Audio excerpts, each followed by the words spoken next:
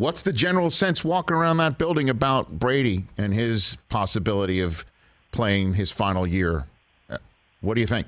What are they saying when you're walking 1 down year the hall? closer to whenever that is. We're 1 year closer to it. I think what's it's the his sense? final year in Tampa. You do? You know, I do think it's his final year here because he had an opportunity. If he wanted to, he could have said, hey, you know, let's extend this. Certainly he's, you know, pushed money down the line in terms of, you know, salary cap reasons and things like that, voidable years, all that language that I don't understand. But I do think that, you know, he wants to be a free agent. Now, what does that mean to a 45, soon to be 46-year-old Tom Brady? I'm not sure. I do know when he enters the offseason this year, and I don't know if it's going to end up with confetti or condolences. I really don't know. But however it ends up, you know, he's going to have somewhere to go. And what that means is $37.5 million a year waiting for him at Fox. So that's different than what he entered this offseason with, right, where it was just the big unknown. I think he looked around. He had some opportunity. I still believe that the Miami thing was viable. Somehow Sean Payton was a consideration down there. It didn't work out. He wanted to still play. He scrambled back. He got all his guys back because he signed on the eve, or you know, announced his return on the eve of free agency. So he's got a Super Bowl ready team.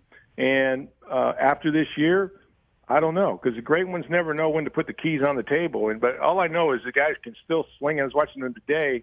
It's unbelievable what he can do at 45.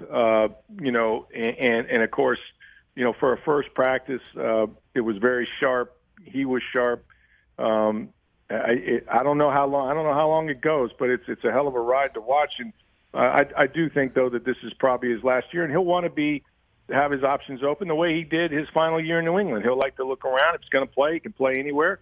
That'll have him, and if he's not, he's got a broadcasting job. Well, what would that Miami thing have looked like? I mean, where he goes there after saying I'm done without really saying the retirement word in his Instagram post, or would that have done? Yeah. Would that have happened before then, and then Miami would have had to call, you know, Jason Light and offered some form of compensation? Is that we talk about it a lot, and but I still have never really heard how it would be mapped out. How would that have actually worked?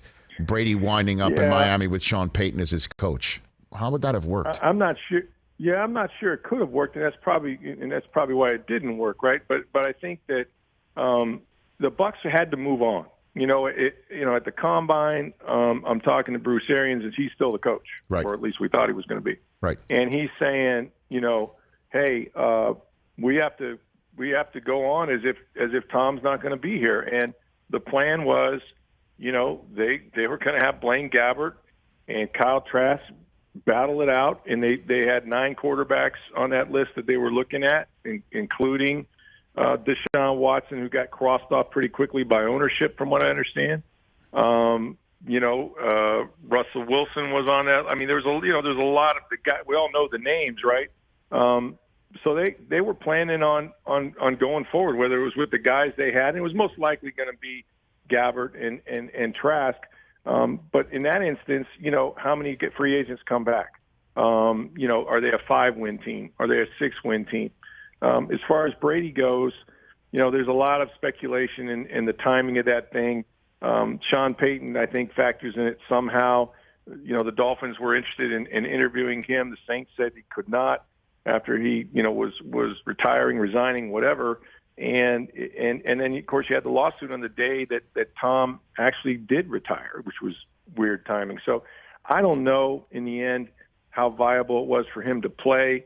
And whether or not it was ownership, I just don't know. But he was looking at everything, and we know one of their forever houses is down there in Miami, so it makes sense. He loves Florida.